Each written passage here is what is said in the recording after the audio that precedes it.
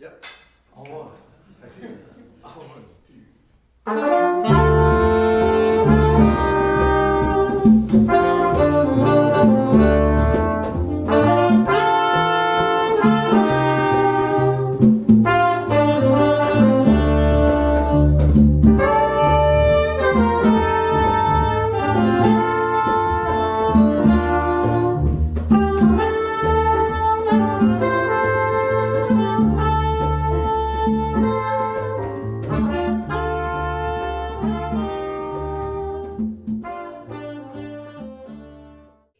Good afternoon and welcome to Red Letter Live, a poetry reading as part of Arlington Center for the Arts Open Studio Day.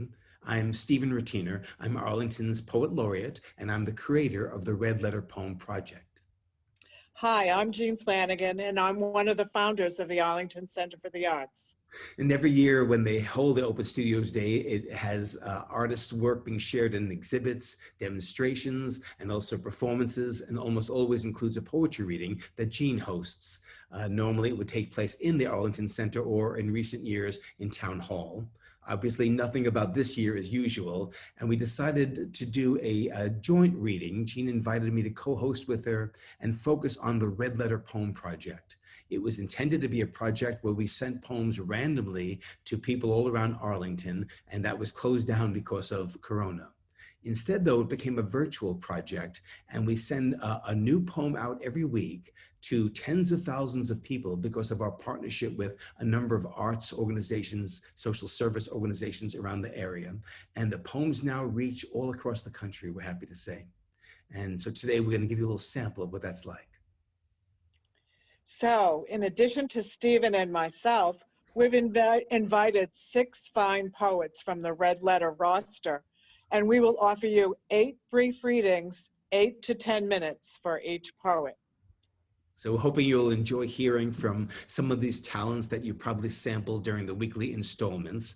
We have a really wonderfully diverse group of voices and styles to be able to share with you. So let's jump right in. Here's our first reader.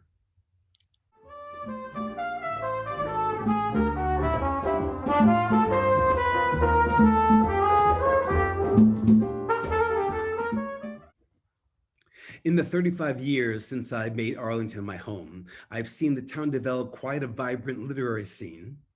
To my mind, our first reader, Fred Marchant, is the dean of that community and our tutelary spirit.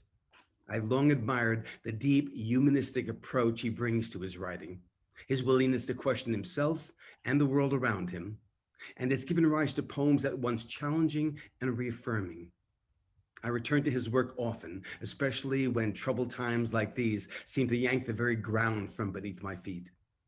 There is an honest beauty in his poems that reminds me of where we all are standing. The author of 5 poetry collections, his most recent is Said, Not Said, from Grey Wolf Press. He's the emeritus professor of English at Suffolk University, where he founded the Poetry Center there. And he continues to work tirelessly to develop younger talents and to keep the root stock of American poetry refreshed. It's my great pleasure to welcome Fred Marchant. Thank you for those kind words. And we all owe you a deep bow of gratitude and thanks for your Red Letter series of poems that's been a profound companion for so many during these very difficult times we have all been living through. You imagined the idea with your great energy and care, you implemented the idea, and now it seems like it's part of our landscape, the Red Letter series. It's a great privilege to have offered a poem to begin with. The first one in the series is a poem that is in my book, The Looking House. There's a good quick glimpse of the cover from Grey Wolf Press. The title of the poem is Pinckney Street, and it refers to that street on Beacon Hill in Boston, near where Suffolk University, where I taught for so many years. But actually, I think of it more as a poem about that moment in which any street we know and care about, sometimes in the spring, sometimes other seasons, but suddenly turns beautiful. This is Pinckney Street. A view from the crest of Boston to the river. a walk. And my friend stopping to say that for 3 weeks each year and beginning tomorrow, this will be the most beautiful place in the city. Our respite in the brick-faced buildings, blushing in sunlight, and star magnolias swelling, about to burst into bright badges, medallions of tangible life and light. The shook foil that Hopkins wrote about. The minutes we have of grandeur, hope, gratitude.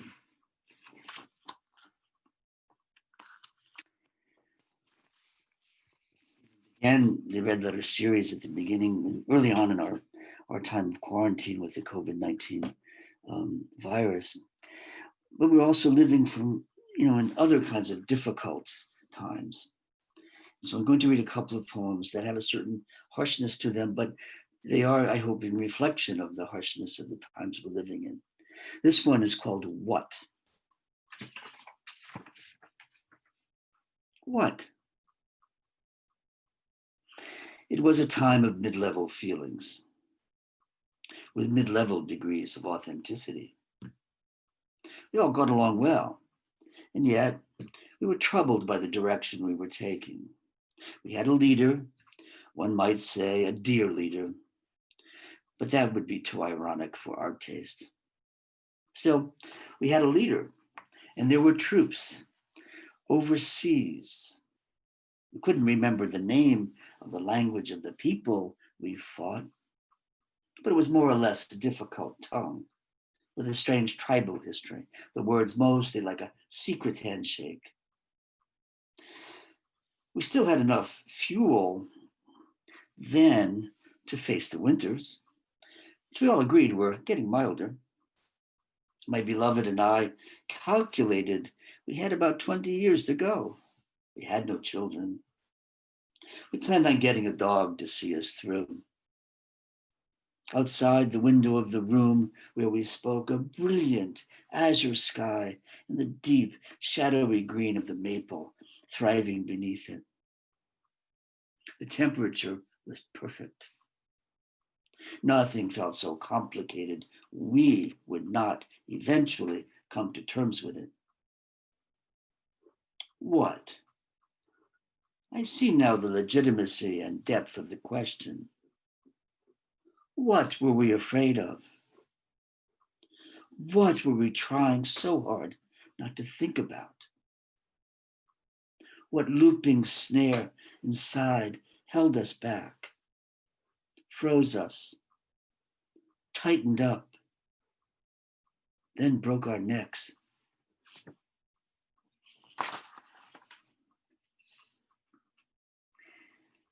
And this is not an ordinary seasonal sequence, but I have a poem that's related to that one, and a couple of years older than that one. And it's set in the wintertime along Route 6 in the Cape. For those of you who are not from Massachusetts, we are talking about Cape Cod and some of the historical sites along the way on Cape Cod. And one of them is, it's a national park site. It's called Pilgrim Spring. And it is where the pilgrims, stopping there in the Cape, the outer Cape on their way to Plymouth, were said to have found a freshwater spring. The Pilgrim Spring. It's not where you think it is. It's not even where the map says it should be. Though you've been there many times before, you still don't know where it is. You walk down the gravel winter path and listen to a scrub oak talking dead talk with frozen leaves and seagrass, the icy winter dunes, and an end of days sky, while small hidden creatures stir as you pass, and you think they just might guide you to the place where you can kneel and sip a bit, trying to take in what the pilgrim's spring has to offer. The lives that were lost, broken, or stolen. Their hands reaching up from under the frozen ground we walk on. Our history in the very water welling up out here on the far shore of who we as a nation and a people are.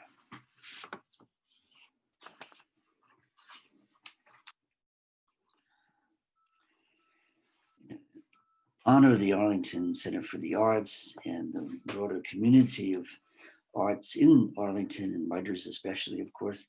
And as Steven said, that is really a city or a town with a vibrant artistic component to it. And I've been thinking about reading poems that have some Massachusetts basis to them. And this poem is also set a couple of years ago at another well-known area. And actually, people beyond Massachusetts know of Walden Pond and Henry David Thoreau's, where his cabin was built. And the cabin's no longer there, but the site itself is noted. And visitors often take a stone and build a little cairn of stones by the cabin. So this is called A Cairn by the Cabin, and set in Walden in 2018.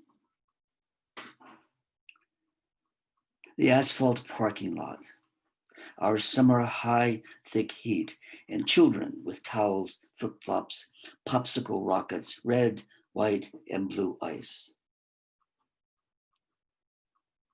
How deep the hole our country did fall into while we slept, and how the dream brought us locusts, their wine, the sound of a someone strapped to the table, cut open for the hoses and the salt.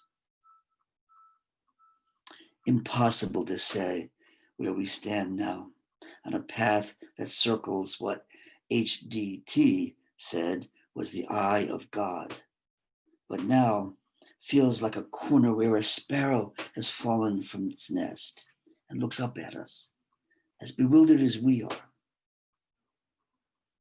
Well, down in the mud, the leafy pools, shallows, deep within alluvial history, our truths are unfolding beneath us.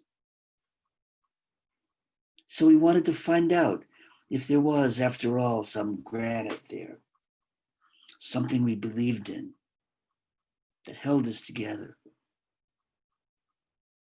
He must have known it was always tentative, ready to fall apart, that we each would have to believe enough to build it over again. And that this is what these stones are placed here for. In selecting that poem for this reading, it's right around the time of the election, and it suddenly dawned on me that putting those stones in a cairn is a little bit like our votes. I'm going to end on two relatively short poems. This poem is called The Buddha of the Garden Table, and it's set in the backyard of Maxine Hong Kingston and her husband, Earl. And I visit with them and visit the Veterans Writing Group of the San Francisco Bay Area on an annual basis. And so this is set in the backyard after one of those day-long retreats and workshops with the veterans of the writing group out there. The Buddha of the Garden Table. And it's for Maxine and Earl Kingston. Especially now, in the worst of it, I feel my mind pull away from the clank and clatter, from worries about health, money, and the jets overhead, from the angry sound of a car taking off, its driver burning rubber at the stop sign. What rises to mind instead is a memory of mists in the morning, seeping water, good soil that feeds the bougainvillea.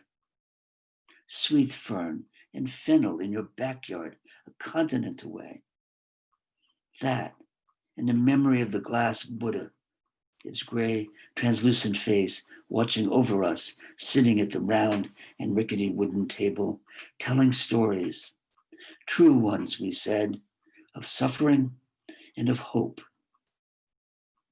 How deeply each war gets etched within. How the heart recoils but does not forget. How we teach each other how to outlast it. And I'll end with a poem that I wrote at the very beginning of our self-quarantining, and you will remember what that was like. There was this, if the illness had not touched you by then, it was this moment in which you realized that by shutting down the great engine of our country, there was something rather quiet, and that quiet was meaningful.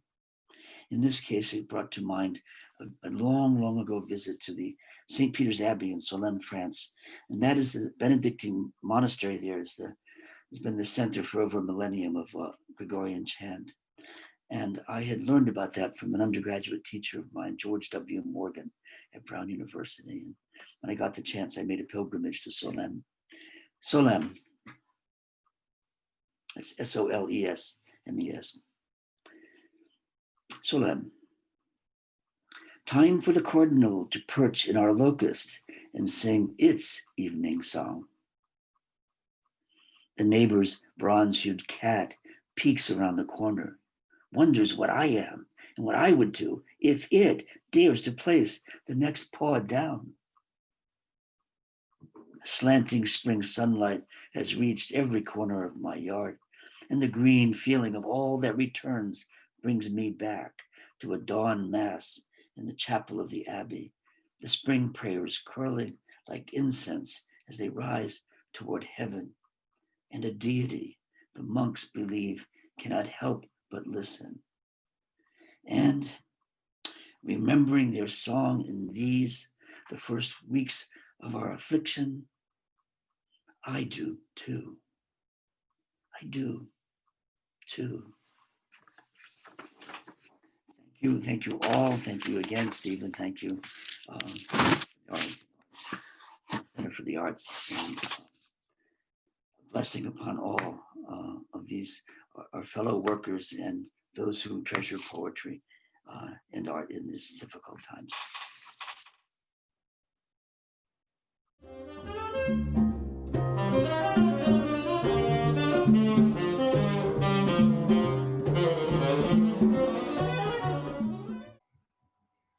Susan Donnelly's fourth collection of poetry, The Maureen Papers and Other Poems, will be published in 2021 by Every Other Thursday Press. Her other books are Eve Names the Animals, Transit, and Capture the Flag. She is also the author of 6 chapbooks, the most recent being The Finding Day. Susan offers poetry classes and consultations currently online and from her home in Arlington. I have known Susan for many years and love her poetry and hope you will too. Thank you, Jean, and thank you, Steven, and all those involved with putting together this production. I'm delighted to be reading once again in the Arlington Center for the Arts annual reading, and also pleased that we're going to have the theme of the red letter poems. I'm going to start out reading the red letter poem that Steven selected of mine, which is called Chanson on the Red Line. And in short, my reading will be, I was thinking, very city oriented, but after Chanson, it'll be more focusing on the city this year and the things we're doing to survive in this particular year. So I will start with Chanson on the Red Line. Remember the days when we could go on the red line? Those were nice. It's the first poem in my book, Transit. Chanson on the Red Line. The heart opens in such unlikely places. A subway platform muffled in February, the train late, no one looking at anyone else. Then a song begins, Parlez-moi d'amour, like a pink ribbon unwinding from the young black man with guitar whose throat trembles, who holds his head back, eyes half closed. We each look down into our own longings, familiar as the stations we daily travel, pressed up against strangers. Slowly we come forward to drop our thanks into his open case. We are shy. We don't want to be noticed, wanting so much. But who are we? Let me tell the truth for once. I walked here quickly through the dark street, a middle-aged woman carrying 2 bags. I wore a black and white cloak of impossibilities that smoked like dry ice.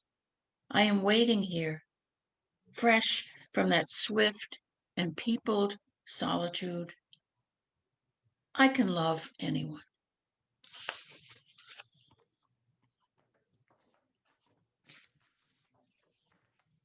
Now we go to this year, February 2020. I get the Valentines out before breakfast, walking down the quiet street to the avenue sluggish with traffic. I drop 5 Valentines through the grudging slot of the new style mailbox. It accepts them one by one.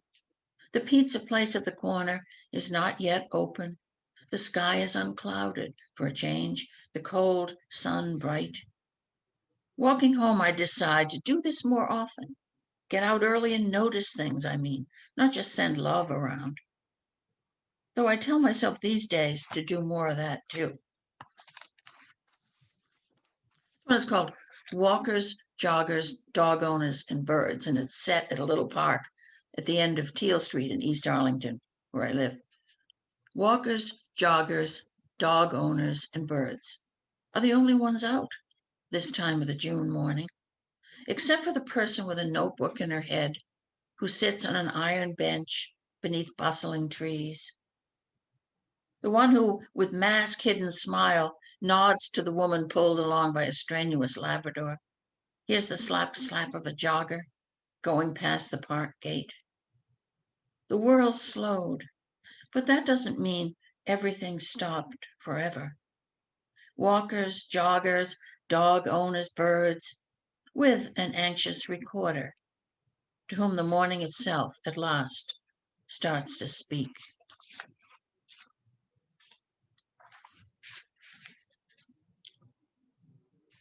This next poem was set back in, I suppose about late April of this year.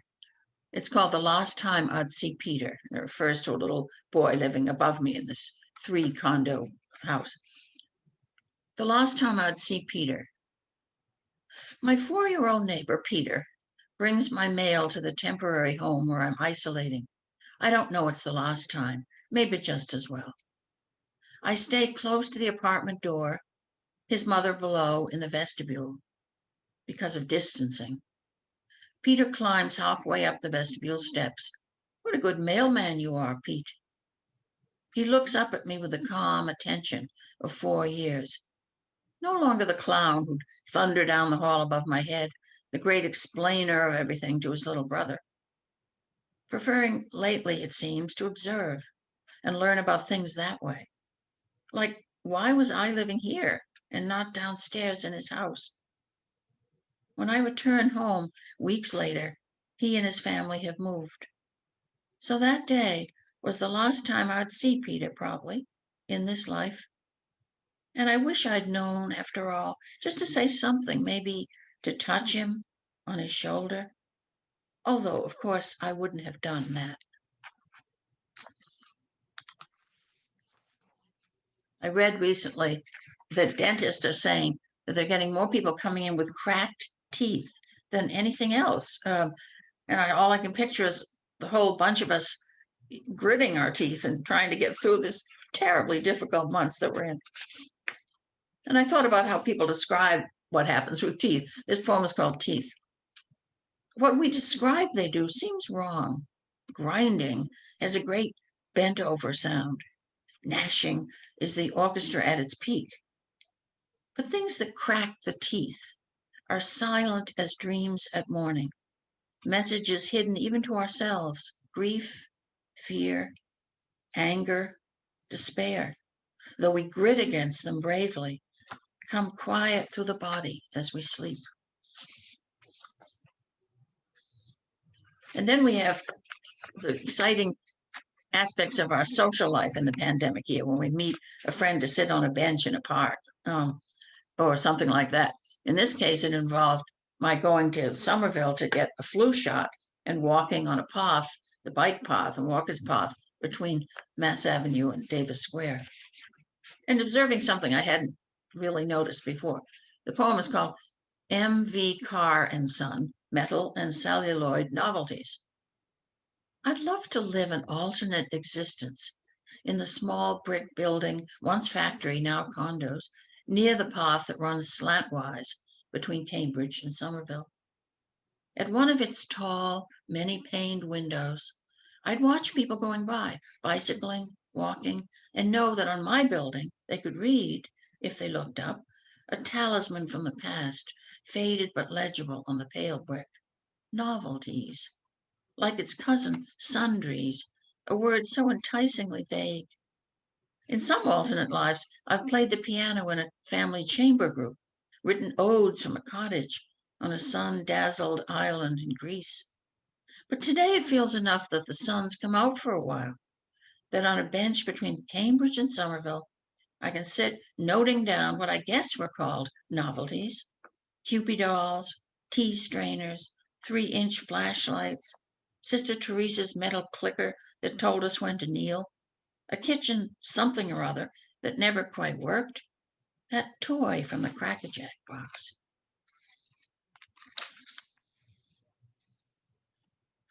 Then there are the trips, sort of mind trips. The trips that don't ever happen, but they're enjoyed in the prospect.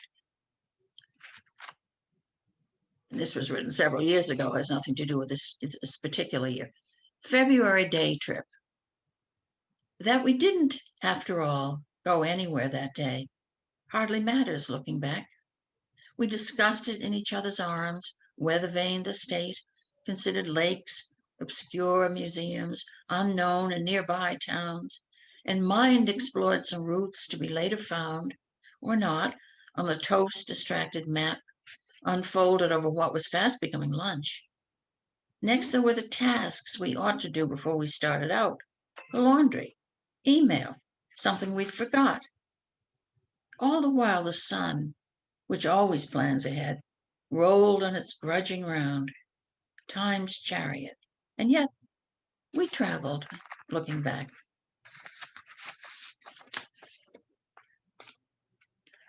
This Love and City poem is set in New York City, where I lived right after college for several years. And my grandfather, a patriarch of our big family, came from Boston one time and took me out to the theater. So this is written about that. It's a prose poem, so it's in a kind of a square. If you can see it. Love makes the world go round. When I've climbed the 4 flights to the apartment, I go right to the window, and there he stands at the curb, my grandfather, Papa.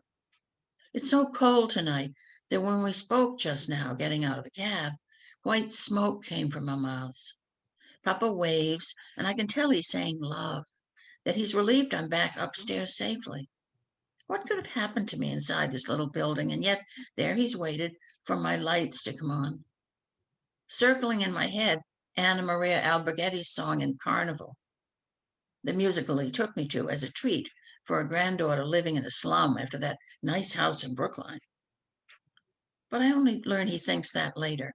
And anyway, it's just a block in Yorkville, stony with cold, where from a window I watch as Papa gets stiffly back into the cab to return to his hotel.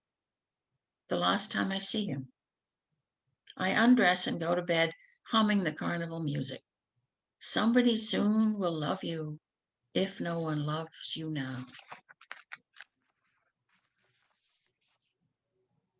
The last poem I'm going to read is called Suffrage 2020. And I've written it, I don't know whether I can read it this way, but I've written it so that every stanza adds a line. So the first stanza really is only one line. And then there's a 2-line stanza, and then a 3, and so forth. Suffrage 2020. All right, we decide. If he's telling us straight that mailing won't work, if he gives us a blueprint in speech after speech for why and for how it won't, so he'll claim afterwards it was all just a fraud, we'll take his advice and not do this wrong. We'll line up instead, standing 6 feet apart. We'll chat and we'll read on our phones as our line snakes down the street in front of the polling place.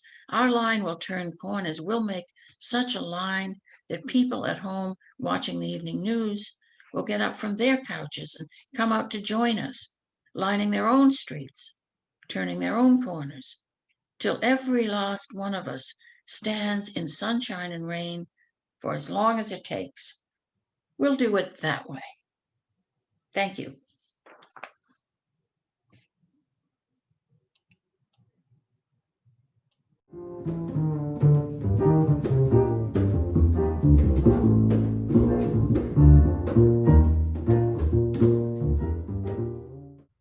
Some of Teresa Cader's poems contain elaborate journeys. Some, within the course of a single line, cause the mind to travel to the sort of territories where words matter, images mesmerize, and the landmarks of our own memories and emotions are brought into a sharpened attention. Teresa's career was launched when Guests won the Norma Farber First Book Award from the Poetry Society of America. And the two collections that followed were equally acclaimed, bringing her a whole slew of prestigious honors. But what I love best is that I instantly trust this poet's control over her materials, her map through even darker landscapes. Her last collection, History of Hurricanes, begins with the line, "Because we cannot know," and deals honestly with all the uncertainty we confront in our contemporary terrain. Because we cannot know, I feel lucky to have such fine poems as our traveling companions. I'm delighted to have Teresa share some of her work with us today. Steve, thank you for that really generous introduction. I really appreciate it. And as Poet Laureate, you have done a wonderful job in Arlington, and you have been curating this terrific Red Letter Poems project. So I'm very grateful that you invited me to read, and very grateful that you've published my work. I also want to thank the Arlington Center for the Arts for hosting this reading, and for all the other readers and listeners. I'm going to start with two poems that that Steve published in the Red Letters Project. And the first one was in April, and it's titled Bone Shaker. And that's after the nickname that was given to the early version of the bicycle invented in France in the 1860s. And the bicycle was one of the most radically democratic inventions in history, because it gave new mobility to millions of people who didn't have cars, or horses or carriages or whatever was needed, has been needed. And also, as I think Steve mentioned in his introduction when he published it, it was an amazing way for people to break out of their isolation, which of course is something we are all facing again. It was called a bone shaker because the bike was so incredibly uncomfortable. It had wooden spokes and metal rims. So this poem comes from my third book of poems, which is entitled History of Hurricanes. Bone shaker. Not to need a horse or have to wait for a carriage, to slip away, jut away, pedal off on a whim or in a fury, without permission or charge, with nothing but wind and pebbles, cumulus dust, or a heckle of driven rain, in knickers or barn bibs, and one day, bloomers. Out of the sweltering clan, fetid farmhouse, loose on a lane of poplars, upright as gendarmes, churning rutted roads speckled with poppies, grazed by pheasant or hare, into night if need be, or dawn's lavender light before anyone checks the beds. Out of the argument or the sermon, to the spokes and wheels, the steering bar and column, the wooden seat searing the tailbone, the spinal S, a serpentine lash in a field of raspberries, unglimpsed from trains. Something idiosyncratic, shaped by will and fueled by muscle. A bone shaker taking its rider away there or anywhere. And the second poem that Steve published is titled The Season of Our Sundering. And it's a it's a contemporary poem. It's quite new. It takes place in the park next to the town hall in Arlington. And it references passages from the Old Testament prophet and whistleblower Jeremiah. And I'll make this note when I'm quoting the Bible. The season of our sundering, under locust trees in the blossoming park by town hall, masked and unmasked walkers dip hands in the fountain pool, cool on this hot day, a limbic throwback to summers at Walden or Long Pond, a day's release from work. Near a young pear tree, I sit on a stone bench in noon sun, watch my country divide. She that was great among the nations, Jeremiah grieved, and princess among the provinces, how is she become tributary? She weepeth sore in the night.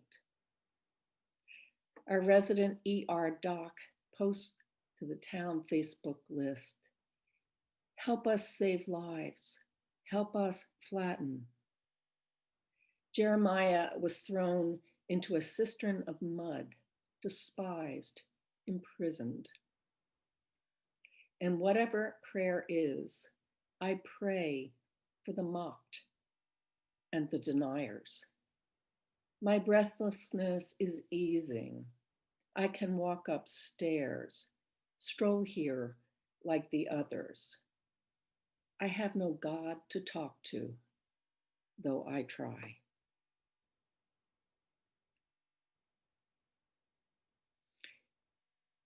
The next poem is entitled That Alley of Our Childhood, and it references my childhood with my immigrant family. It comes from a new manuscript of poems I recently finished, which is titled At Risk. That alley of our childhood, an alley made into a garden, made an escape for us when the adults talked politics, thrashed newspapers. The words Nazi and Russian, like salt and pepper on steak sandwiches, we took outside in waxed paper, stripping crust for the sparrows scouring the asphalt, lighting on the white peony that threatened to topple like the lost world they were in there ranting about. This small garden of respite planted to perfection, where we didn't know the names of flowers and no one could tell us in English. But we know what the body knows, that the sun makes happiness in our skin, and the velvet yellow rose with the tangerine stripe crushed to our nose makes our head float and soar to the kingdom we built with stones and worms, dirt, and a garden hose long enough to circle like a river and protect like a moat the noble house we fashioned, which nothing could crush, not even war. I'm going to read another poem from the new manuscript I completed, and this one is entitled Canadian Geese. A gaggle of geese by the pond, testy as the man who shoos them with a broom, get out of here, as if he could scare them. The slimy mounds of poop in the yard, his private mental scape, the mortgage he can't pay now that he's out of a job, the college bills that might force his kid home for spring, all he's saved curling into fists that pound the stagnant air of covenant with the future. Safety on a couch overlooking the pond, the agent said would make him happy every day, worth the price. He sees geese now on the ceiling of his wife's crappy rehab room, her fist white-knuckled on her walker, left leg buckled like a bent straw, her window beyond reach.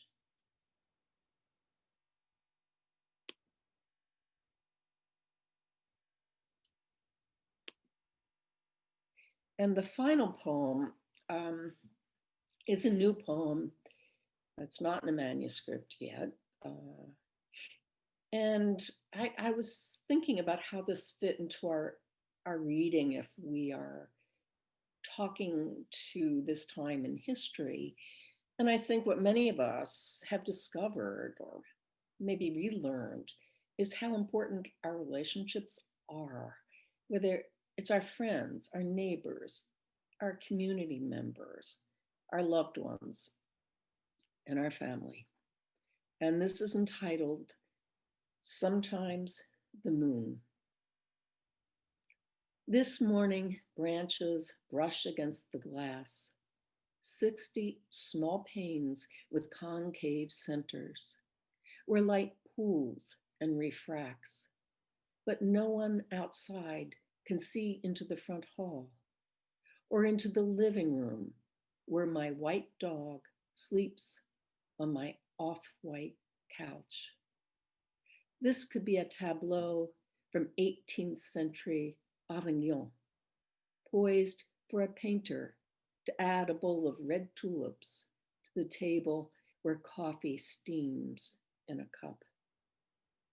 Oh, the freedom and exhaustion of inventing what I need each day before the sun arrives at my desk late afternoon, turning the gold picture frames of those I love and those I was supposed to love into planes flickering and cross-hatched on my wall. Times I allowed myself to dream or mourn. Love, remember the night we got lost skiing on Mount Greylock, the moon hovering with light and admonition?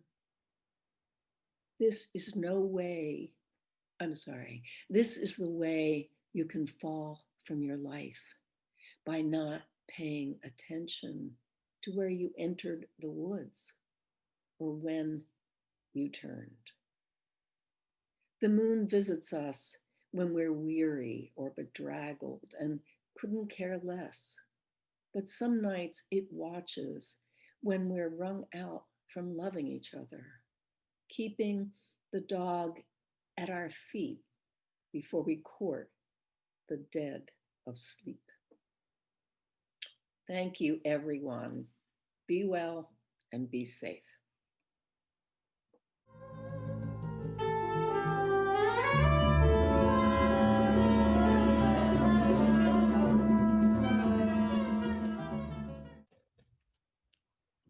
I'm happy to present Camille Maxwell, the first student poet featured in the Red Letter Project, though I hope not the last. She's an 11th grader at Arlington High School. She's a young woman of keen intelligence who developed a deep love of language at a very early age, and for whom its conjuring power is irresistible. Noticing the musicality in her writing, it did not surprise me to find out that she's been studying the violin for 10 years. I think you will hear the way her language sings onto the page. Here's Camille.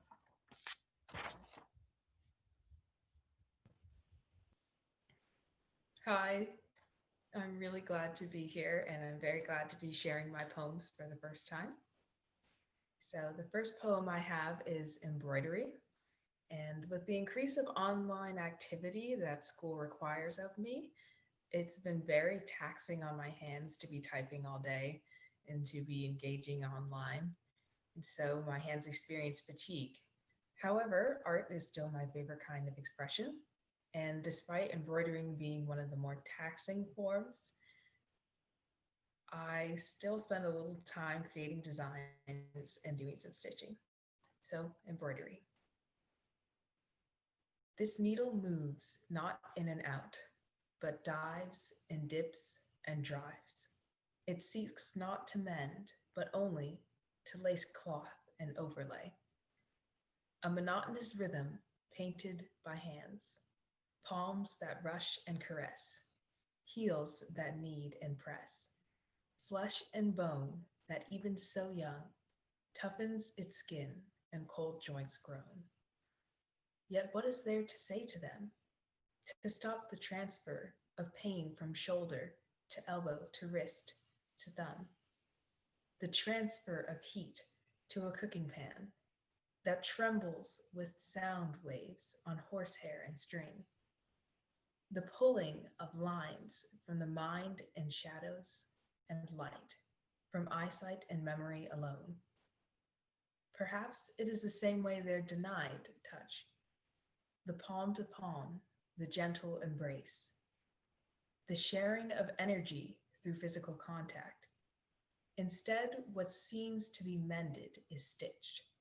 The diving and piercing, the source of the texture, indulging the irises and nerves in passive, untouchable floss.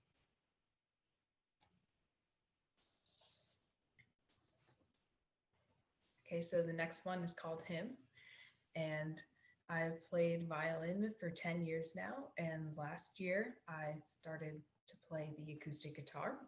So I decided to speak on the rhythm that you can hear when you play an instrument or when you listen to music. So Hymn. Just like a song, the violin and guitar and poems are similar.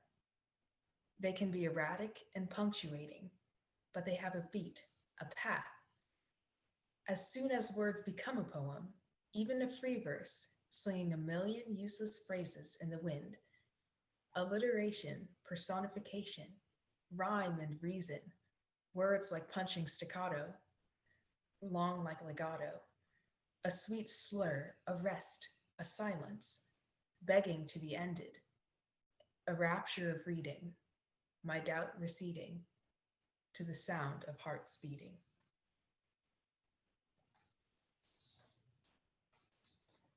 All right, so this next one is called Treasure Chest. It was written very recently, and it is also very dear to me as it is the first poem I wrote about one of my family members specifically. And I wanted to make sure that when I write poetry about someone, that it's not an accusation, but a representation. So I often shy away from using people I know as a subject. But in this poem, I believe I've hit my mark on what I wanted my mother to be and who she is. So Treasure Chest.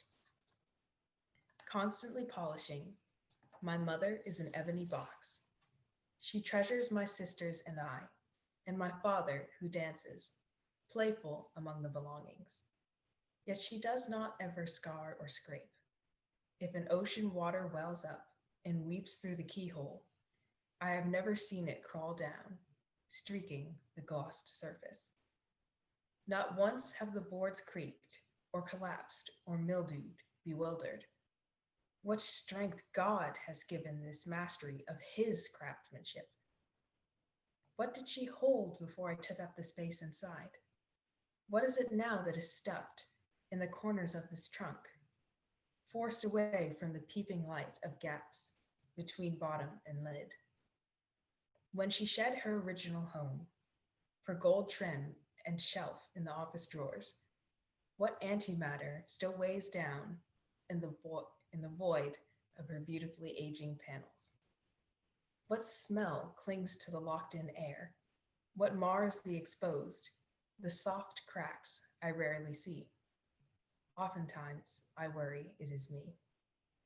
Yet still she sorts and organizes, repaints and shines, her purpose to hold and to be held.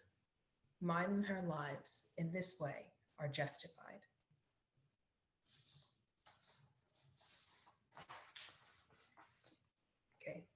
For the last poem I have for you today, it's called Sunshine.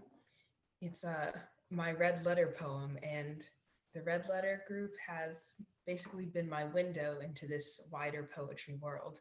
It's given me an opportunity to finally share my poetry that I used to keep to myself. And so just like the red letter poems, and this poem is a window into the poetry world, it was written as I was looking out of my kitchen window. So Sunshine. The small noises of a guitar and the drums that pepper and brush my eardrums. The scent of lemon and ginger, heating and swirling honey. The cold of an open window, yellow leaves shimmering. Gold and green, values increased by opulent rays of light. What looks warm sways in biting air, crisp and clear. I feel far away from where I sit. My eyes stretch my soul and mind. I'm pulled into fractals and waves, bouncing off surfaces, revealing color in visions. I am seraphim in the sun, the ice, and wind. All right, thank you for this opportunity to read my poems.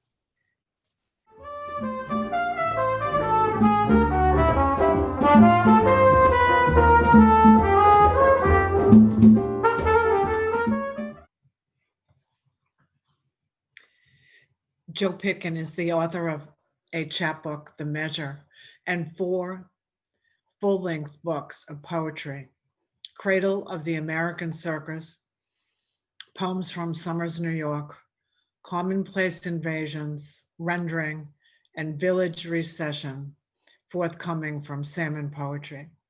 She is also the editor of the anthology Lost Orchid, Prose and Poetry from the Kirkland College Community. A Hudson Valley native, Joe lived in Arlington for 15 years.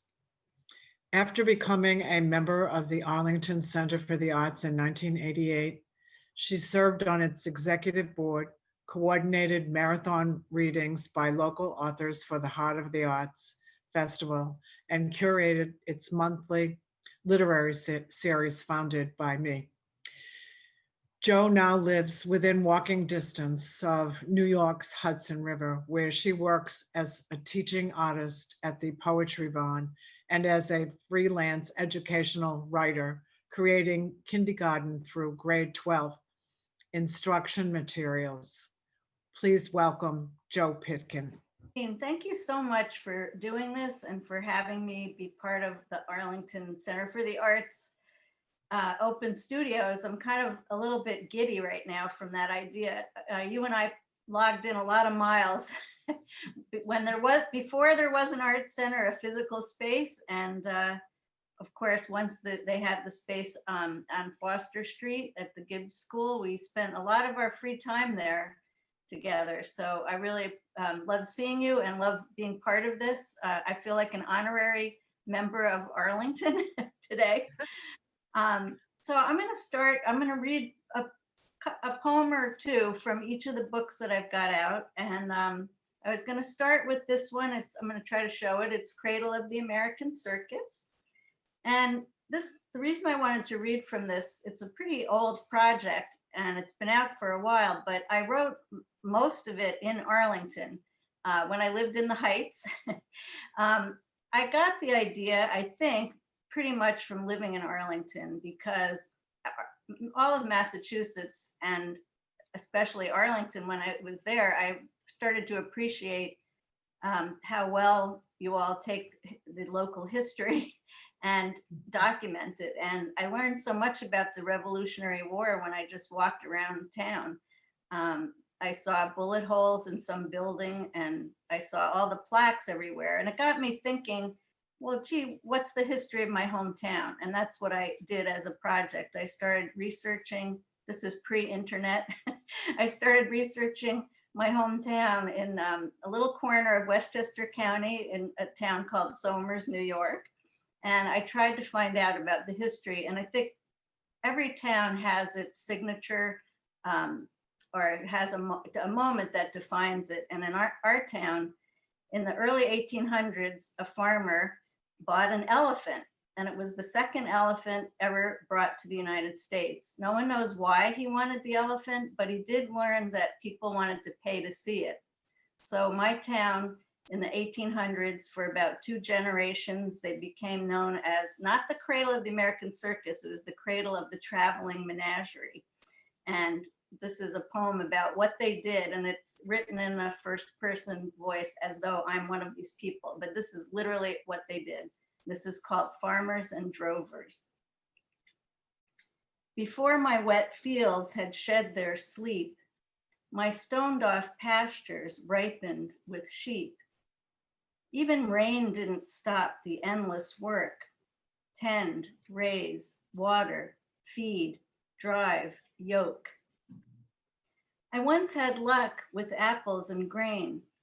I switched to livestock until the trains hauled heavy cattle miles to the city. Now my fingernails are hardly dirty. I buy and sell hyenas, zebras, gnus, llamas, polar bears, camels, emus, leopards, kangaroos, baboons, apes. With this new livelihood, I can't escape. I still fill troughs, make beds of hay, but now my wife and children stay home while I travel the tillable world. Around me, the fashions of cities swirl. Each bill of sale is like a seed, and green money grows like weeds.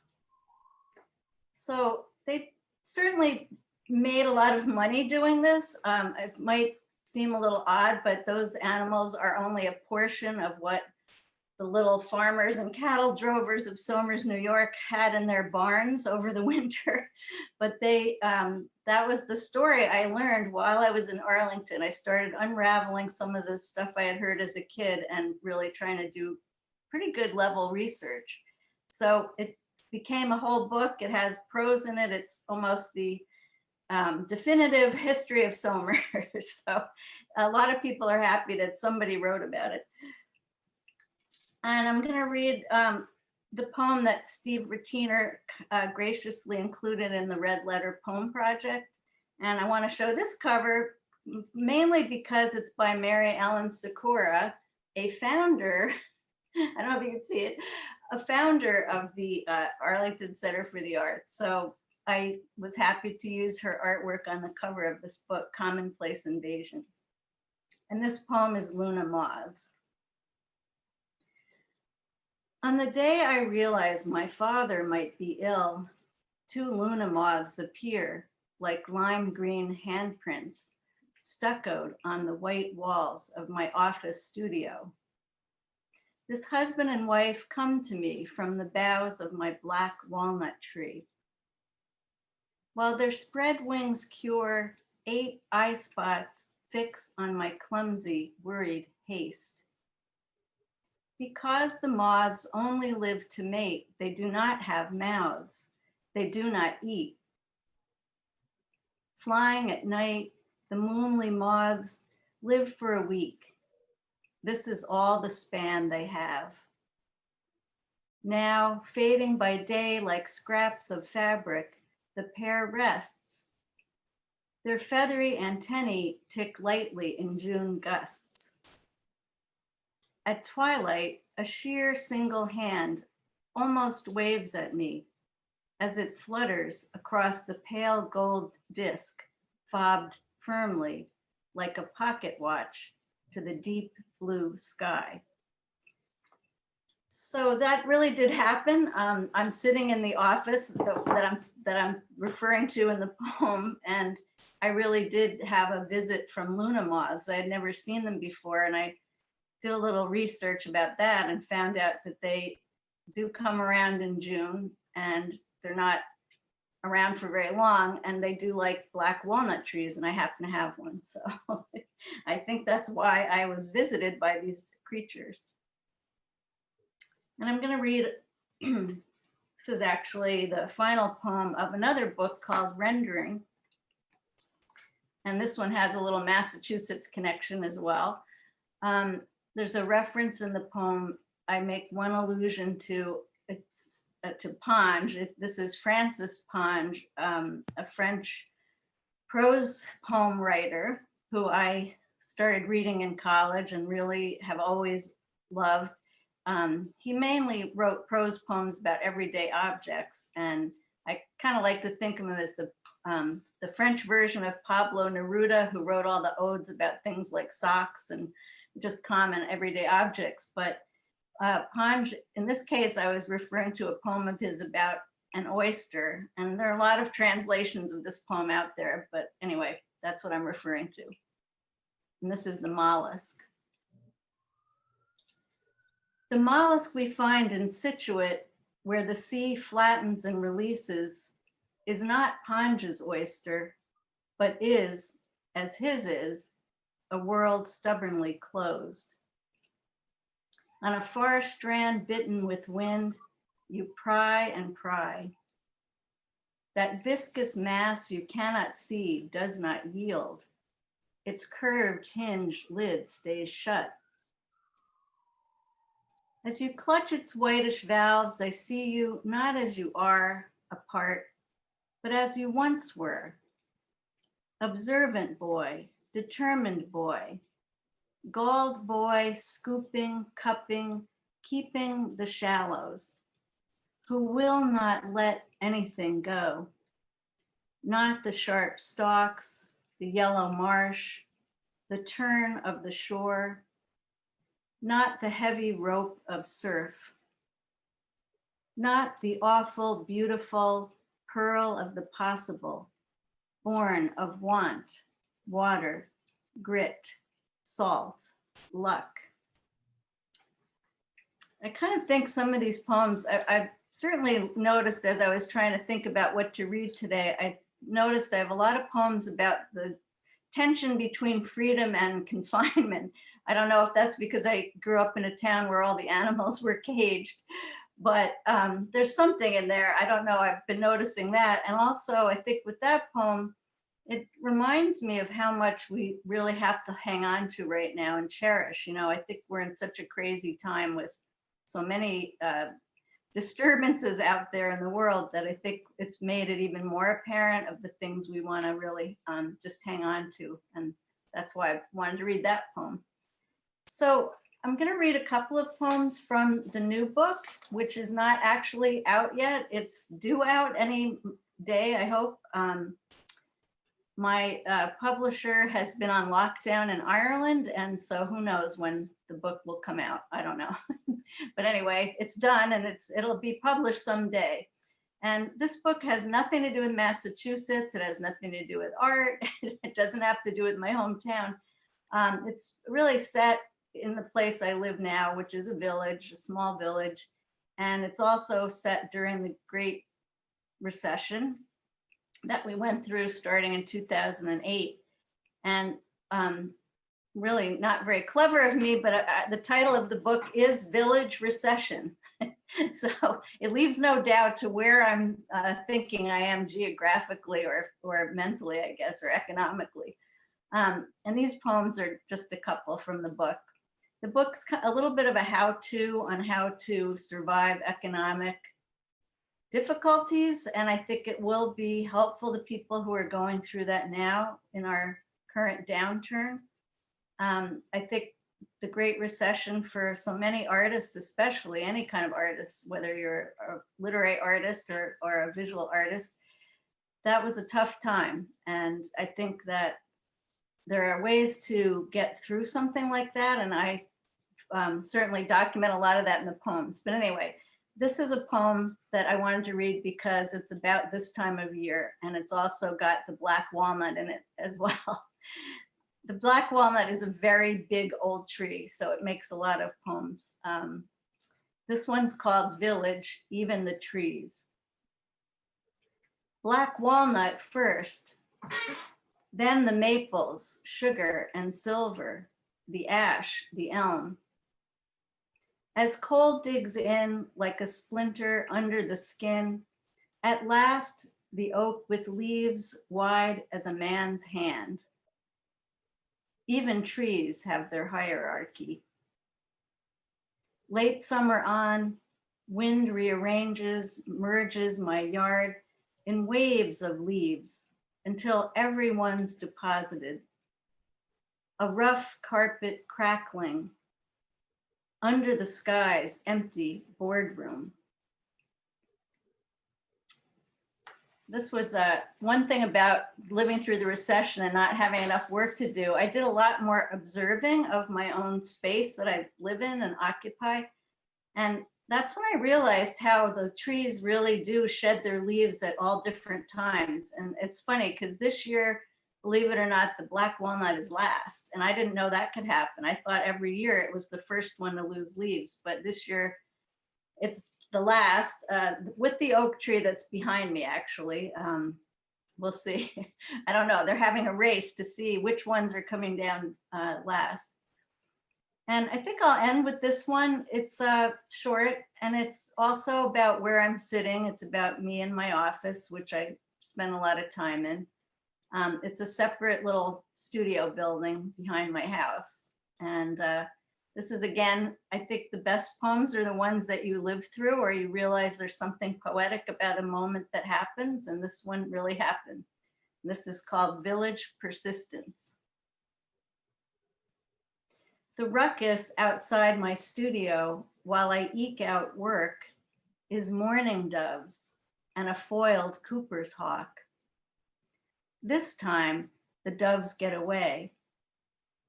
They skim low, wedge far down into dense forsythia, burrow. The hawk tries, it pokes in. The bushes shake as if a man is sweeping them wildly with a rake. I open the door to scare off what will not stop. All's safe, but something will stalk my hilltop, flex and squeeze its talons again tomorrow. So I hope that wasn't the pandemic poem that I didn't know I was writing.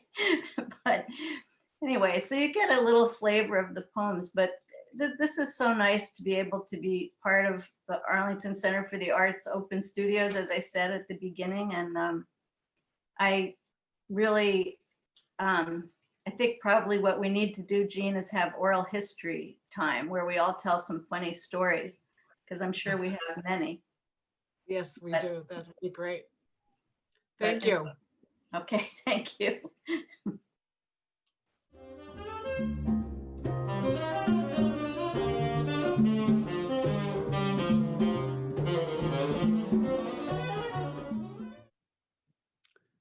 Not the least of poetry's strengths and delights is its ability to allow us to access another reality, to stand for a few moments in someone else's shoes, viewing the day through a surprising sensibility, our thoughts informed by a radically different sense of history. This is one of the reasons I was first attracted to the poetry of Adnan Onart.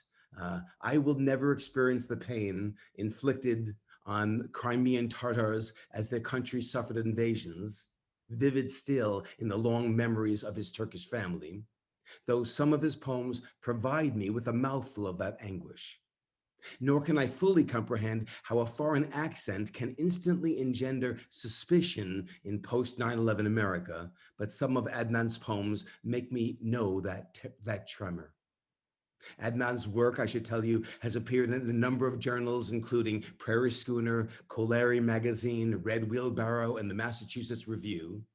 The poem that I featured in the Red Letters was called Morning Prayer, and it was published in his first collection called The Passport You Asked For from the Aeolus Press. He was one of the winners of the 2011 Nazim Hikmet Poetry Competition. I found it interesting to hear from him that he was discouraged from poetry as a young man and now has begun to find an appreciative audience here in his adoptive land. It's a wonderful paradox. So here is Adnan Onart. Thank you. Thank you. As Steven mentioned, I have an accent, and I asked him to include some of my takes to help you to catch the meaning in case they were not understandable. Yes, my name is Adnan, and it is an Arabic name, although the older brothers of mine had Turkish names, Erkut, Aykut. And because of the rhyming structure, the grandparents had difficulty to remember which one was which. For that reason, I was given the name of my grandfather. And I was very happy with that name until 9/11 happened. This will be obvious why in the poem Ramadan in Dunkin' Donuts. From his asking about the time and double checking his watch, I understood. He was about to break his fast. Selamun alaikum, I said, the only Arabic I knew for all practical purposes. Alaikum salam, he replied. He was setting his table, 2 donuts, 1 chocolate glaze, the other Boston cream. And a thick lentil soup he had apparently brought from the grocery store across the street. Do you want to sit down and share? I thanked him, no. Aren't you fasting? I explained, my high blood pressure, my medication. He pointed to one of the donuts. Still, he said, let's share. The collapsing Twin Towers, the beheaded hostages, and the jumpy look on people's faces hearing my name. We already do, I said. Dr. Fauci, some TV commentators say that he is a national treasure, and I agree with them. I read this poem as a workshop assignment to celebrate a hero, Dr. Fauci. Everybody has a skeleton or two in their closet, they say. Mine must be overcrowded with heroes in blood and flesh, stored there decades after decades. Atatürk, the founder of the Turkish Republic, must be there. A couple of Ottoman sultans. Left there, a prolific soccer player who helped Turkey defeat the champion Hungarians. Maybe Spinoza defying Harem, his excommunication. If not Ernesto in person, maybe a t-shirt with a face on it. The other day, wondering what happened to that crowd over the years, I take a peek at my closet. Empty. All heroes are gone. Instead, a skeleton or two of my own. As I was about to close the door, I hear a raspy voice from its depth. Wear a mask, keep your distance, and wash your hands. Messaggio in una bottiglia. The title of this poem is in Italian because it contains a note from Leonardo da Vinci, who seems to be upset because somebody stole his time machine. Messaggio in una bottiglia. It popped up in the center of the Turkish carpet covering our living room as we were watching the breaking news. A blue-green, semi-translucent bottle, partly covered with a funny-looking grass and foul-smelling mud. Inside was the message in a deformed form of vulgar Latin, handwritten on a silver screen, rolled into a tiny scroll, and it read, I, Leonardo di Ser Piero da Vinci, the outstanding Renaissance polymath, who figured it out. The surest way to get ahead of his times is to invent a time machine. So I did, and strolled back and forth between the days of Archimedes and the century of cockroach nights, between 1,000 years before your times and 100 years beyond. I gave rights to many luminaries, engineers, scientists, artists, to Pablo, to Albert, to Marie Curie, Edison, Tom, and also to some illegible words here. Unfortunately, a clown from the Circus Maximus of Rome impersonating Emperor Nero stole my machine. I am sending this message through the emergency time-space continuendo. If you thought that the emperor was ignorant, narcissistic, and callous, I would say some illegible words here. Beware, beware. I am so sorry for you. The rest of the message was totally unreadable. Nowadays, I am more of a photographer than a poet. And the type of photography I pursue is called street photography. Street photographers try to document everyday life as it takes place in the public space, but sometimes they run into troubles, as the story in this poem describes.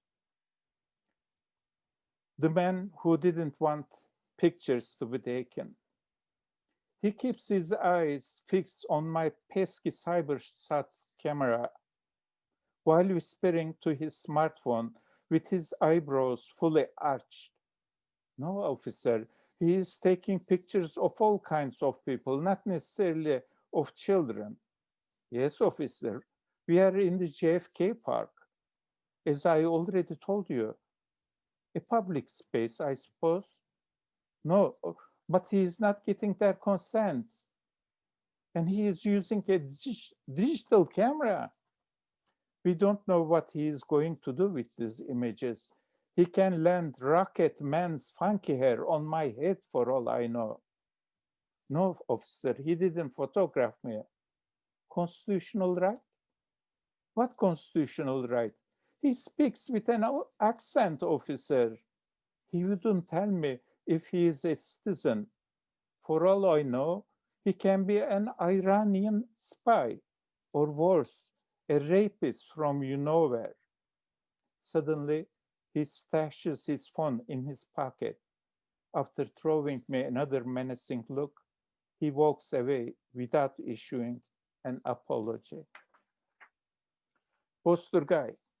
Bosturgay is a Crimean Tatar song about a bird. I always imagine it to be something like sparrow.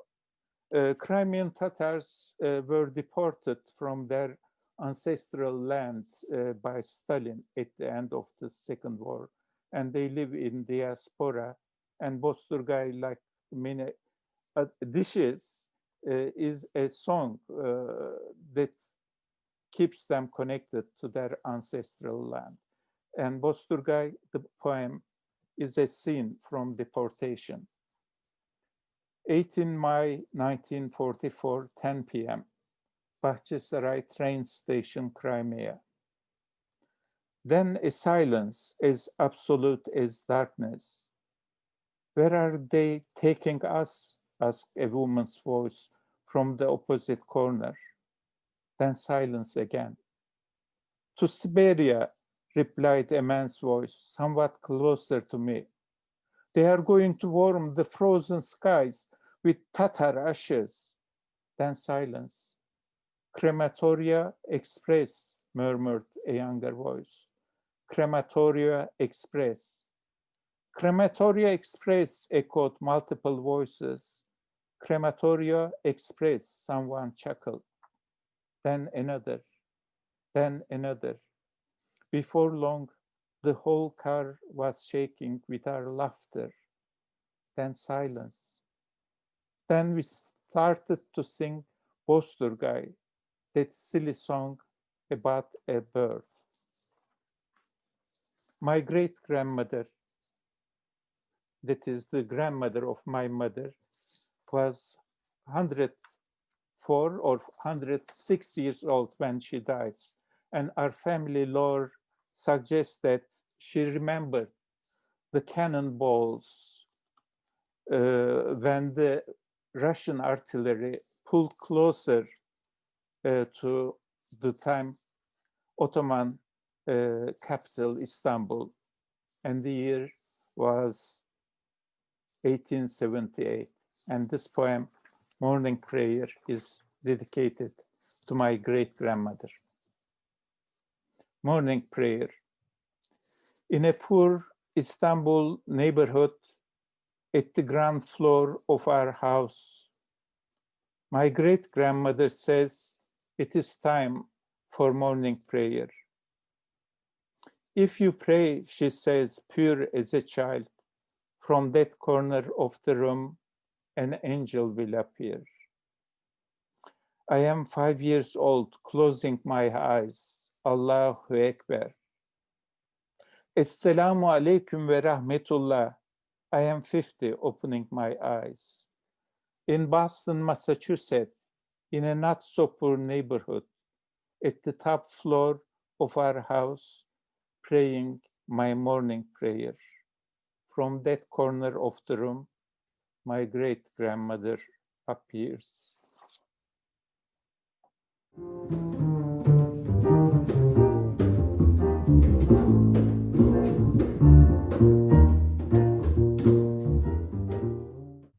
Our penultimate reader is Jean Flanagan, the author of Ibbotson Street, Garden Street Press, and Black Lightning, Cedar Hill Books. Her poems have appeared in numerous publications and will appear in Broken Chord, a forthcoming anthology on Alzheimer's. A new work will also appear shortly in Muddy River Review and Harvard Square Poets Blog. She has a new manuscript she's working on called A Hard Winter for Living. Jean teaches in an alternative sentences program called Changing Lives Through Literature, and is one of the founders of the Arlington Center for the Arts, and I should say a friend for many decades to both me and poets all around here. So we'll welcome Jean Flanagan. Thank you, Steve. My first poem is called Ibbotson Street, 1930. We went Sunday after dancing all night and working 6 days at Cain's mayonnaise factory, twisting caps onto bottles. We were ready for a good feed. We sat around waiting to be introduced to some Irishman from Ardmore or Ennis. My aunt coaxed us toward this one or that one, but we were too naive to know it was Blarney rolling from their lips. And my aunt only cared if they had a steady job and could dance. After we married, we visited on Sundays, babies and food in our arms, tired from waiting up Saturday nights for the men to come home from the barroom or the night shift, our families bigger than our bank accounts. We came from the farms where the earth had let us down, to America, to Ibbotson Street. My next poem is from Black Lightning, and it's about Deer Island. Now there is a new cross on Deer Island. At Deer Island, Devlin, Bruin, and I stand together. Devlin points out the spot where bones of our ancestors were found. My people, Devlin says. Mine too, Bruin and I say. Here they are buried next to the sewage treatment plant, just a simple cross, but Devlin says, soon a Celtic cross will mark this grave. The day is cold and the wind blows dead winter grass. We look out over the Atlantic and imagine where boats were docked and how alone the new immigrants must be. Tossed out on Deer Island with ocean in view and Ireland an ocean away. Resurrection. My neighbor kneels on the cold ground, freeing the tulip stalks from under the leaves. I watch her from my window and think about resurrection, about not being here to see the spring. I hope that someone will clean up my garden when I'm gone, allow the tulips and lilies to flourish in their purple and pinks. My husband is gone, buried near where we used to live. The ground in the cemetery has caved in and the caskets opened up, and all were freed from the cold ground. It has been a hard winter for living. Sad doll disease. Plagued by disease, the antique plastic dolls stink of vinegar, leak from their joints, and cry brown tears. These dolls are all the little girls who held them, bore their disappointments, and cried at last real tears, knowing that there are some parts of us that can never be replaced.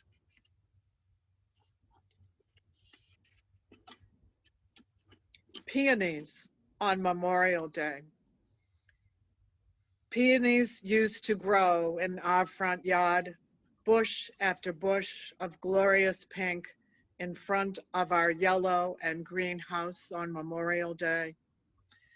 The first spring flowers filled with black beetles hidden behind the tight petals. Today on Memorial Day, I put peonies in a vase on my glass living room table. The buds are ready to open. Across the way on a nearby roof, neighbors are celebrating.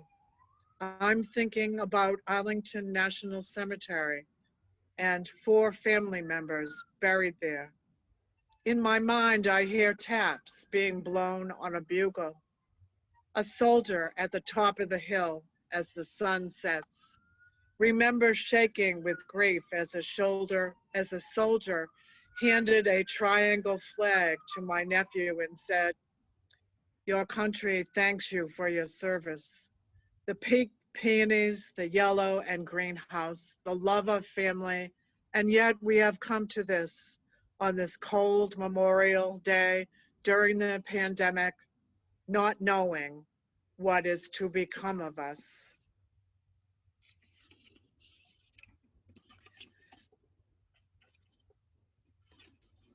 My sister's foot. I am obsessed with shoes, smooth red suede heels, 3 inches high, navy blue leather flats for ankle-length pants, sandals with diamonds and gold bling, sneakers for tennis, green as grass. I hate Mary Jane's, the unsightly strap, no style there. My sister asked me to put a gold flat shoe on her titanium black mechanical foot.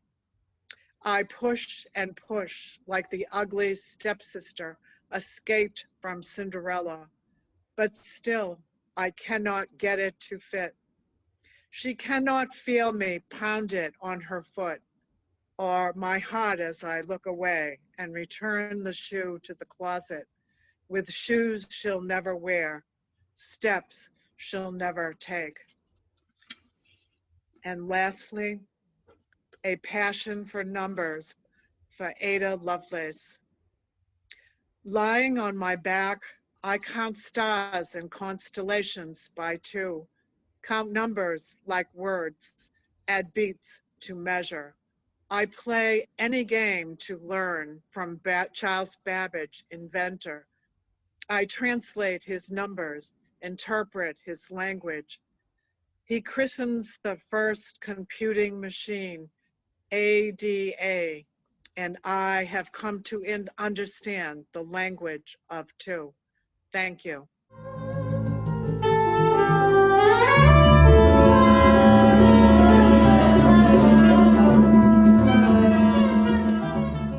Steven Ratiner is the Poet Laureate of Arlington. He was appointed in 2019. His work has appeared in scores of journals in both America and abroad. He's featured in a new anthology, Excerpt for Love, New England Poets, inspired by Donald Hall. He has written poetry criticism for the Christian Science Monitor, the Washington Post, and the San Francisco Chronicle. He is also the author of 3 books. One of his most significant books is Giving Their Word, Conversations with Contemporary Poets. It was reissued by University of Massachusetts Press and includes interviews with many of poetry's most important figures. Steve has taught as a poet in residence in over 300 New England schools. On a personal note, Steve and I have been friends for 30 years. We met at one of the first open studios for the Art Center. Steve? Jean, thanks so much. The poems I selected to read today all have a little theme about story making. The way that when we're writing poems, I think we're trying to make sure that we are the narrator of our lives, that the world is not just shaping us, but we're shaping how we experience the days.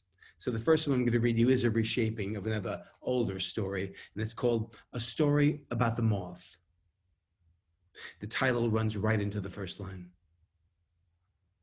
A story about the moth who took 3 mouthfuls from the linen shroud of poor Lazarus, whose father, inconsolable, wept outside in merciless sun, and, though schooled in hard years, he appealed to the magician to undo what cannot be undone, because the stories claimed otherwise. Yet, when do we ever give ourselves over to a story? Perhaps not until, engulfed by its unfolding, we feel our own life being wholly rewritten and destined now, once upon a time, for other hungry mouths. So when the stone door of the tomb was rolled back and the moth, replenished, was swept again into daylight, it was clear, or so it was told to me, he had become something more than himself. The psalm of larval yearning, the patriarch of clay-colored wings, whose lineage is among us still. No, this did not take place just before the miracle occurred. This was the miracle. I'll read a very current and sadly topical poem called Donning and Doffing. Some of the things inside the poem come from my best friend who's a doctor, Michael, and my next door neighbor who is a nurse, talking about some of the hard times during the COVID tragedies. Donning and doffing is a medical term. It comes from medical school about the careful method that you must have for putting on and taking off your protective clothing. Donning and doffing.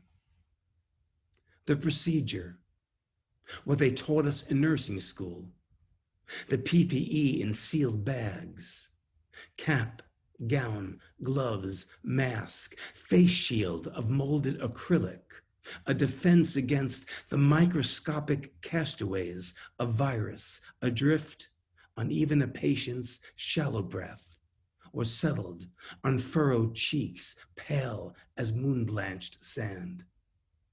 And only then, after suiting up, am I free to attend to them, Mrs. R, Mr. L in the isolation ward, walled off from family and friends, consumed by the slow process of dying alone. They too must follow procedure and, one by one, remove all the soul's familiar apparel, gown, gloves, mask of the weary self, cap of the given name, until what remains is merely human. And then, beneath white fluorescence, and with or without my aid, even the knotted ribbon of a final breath can be undone. I'm friends with the poet Jane Hirshfield, And she sent me once a little set of poems that each began with a line, little soul. So this ended up being a poem, maybe responding or an answer to hers. So it's called A Soul for Jane Hirschfield. They call it a soul. It's not a soul. It's the feeling in the hand. Just so much cardamom, so much time. How the tongue knows to strike one syllable, bend another. Song and instrument, one and the same. How the current surges when she, almost casually, makes music of my name, makes urgency of the ordinary.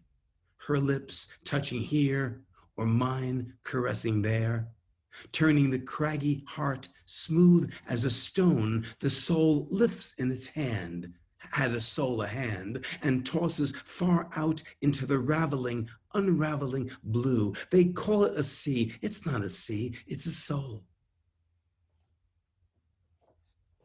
A little set of poems about mothers and fathers, some written about my mom and dad, some borrowed from friends, but stitched together, they feel like a little narrative. So the first poem about my mother is called For Now. Near the end, she stopped eating altogether. One evening, when I brought chicken soup shoaled with wild rice, a quick shake of her head, whispering, "What for?" And yet, in sleep, her mouth moved constantly, making a meal of departure. Watching her, I wondered, was the opposite of hunger grief, grace, love, or need? What feeds on our silence? Not that it would have made a difference, but I wish I'd proposed we take turns with the spoon, a mouthful, countering what for with for now. And then a poem written years after her death, Anne. My mother took their names. It's what a woman did then. The bonds of marriage, more honor than ownership. Ratiner, Silverstone, Rich. 3 beloveds. And after time, her devoted hands helped nurse each into darkness. What a woman did. Until, alone again, it came her turn to wed oblivion. The dowry of molecules, the infinitesimal bursts of energy, bonds breaking, joining again, the earth's bacterial vow, I do, I do. 100 years since your birth, mother. And this rain-tilled April morning, I woke up wondering what I should call you now. Anne Carbon, Anne Nitrogen, Mrs. Silence. My dad died when I was very young. So here are 2 poems, one written from the point of view of that very young boy, and then one contemporary. Walk, don't walk. The Q5 bus was a behemoth. Mother didn't need to explain to me how it could crush me into paste beneath its massive wheels. She explained it anyway. We stood by the crosswalk, waiting. I could feel the red don't flaring into my eyes. Even from a distance, it knew my reckless urges, what a skittish animal I'd become. Mother grasped my hand. I was safe in that grip. Maybe death was like the Q5 bus. I imagined my father lonely at the kiosk, watching as this green and gold emptiness lumbered up Merrick Road and approached his stop. The pitiless stare of its headlights. Boarding, he didn't wave goodbye. He carried no briefcase. Instead of suit lapels, a hospital Johnny. He'd forgotten his favorite hat. Somehow he'd become small as a boy again, narrow shoulders pinched like a sparrow's, As the bus barged its way into the tangle of traffic, did my father look back through the grimy window to see our faces, to let go of all that was letting go of him? The green declaration, walk. I pulled free from my mother's hand. I did not look both ways before crossing, sun glare spilling across my eyes. I walked. I kept on walking. Then I ran. And then in the way that we make a narrative, we sometimes can create in the poem what you can't have in real life. So here's a poem with the title, Starbucks. I'm meeting my father here. He died nearly 30 years before a place like this ever existed. For 15 cents, he could enjoy a mug of Joe at the Busy Bee, Burton Dave's, the Parkway Diner. But no, more likely I'd find him dream-worn at his own kitchen table, blue flannel robe, aura of forsythia, pouring a fresh cup, cream, 2 sugars. To an 8-year-old, the coffee smell on his breath seemed intoxicating, alluvial, a bitter intimacy. Now, I find a seat beside the window, buy each of us a tall latte, and sit patiently, watching the corona of our milky foam, sipped by time, retreating. I'll close with a little poem that's written for my grandson. Our grandson, George, is, besides being the love of our life, has become the great teacher of our life. Watching him as a brand new child, watching him learn language, learn about the world, he's taught us again how to become human. He was born 5.5 weeks early. So the poem about that very small child is called Preemie. Unlike us, you'd never any doubts. Everything was breast, was fullness, even the storm rattling windows, the cloud mass enveloping corona of an early moon. Even silence was sustenance, pale lips latched on to dream swell, sucking madly. Why else had you come but to find, to be fed, to feed us in turn as we gaze down meekly, the milky taste of the impossible? And after all, if you squeeze through that pert eyelid, might not we, though lumbering and frightened, do it too?